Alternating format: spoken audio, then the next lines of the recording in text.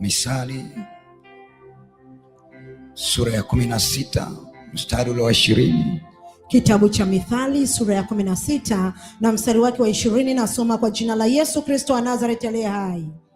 Atakaye litafakari neno atapata mema. Ndio. Na kila amwaminie Bwana ndio ana heri. Ana heri. Amina. Rudia tena.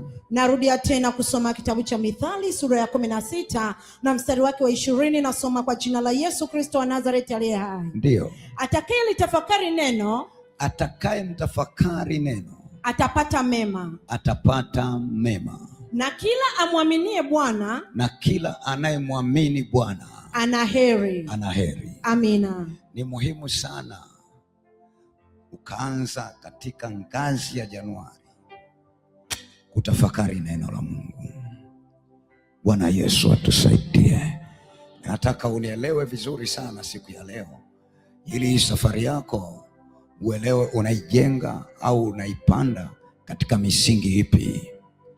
Ni muhimu sana. Bwana Yesu atusaidie.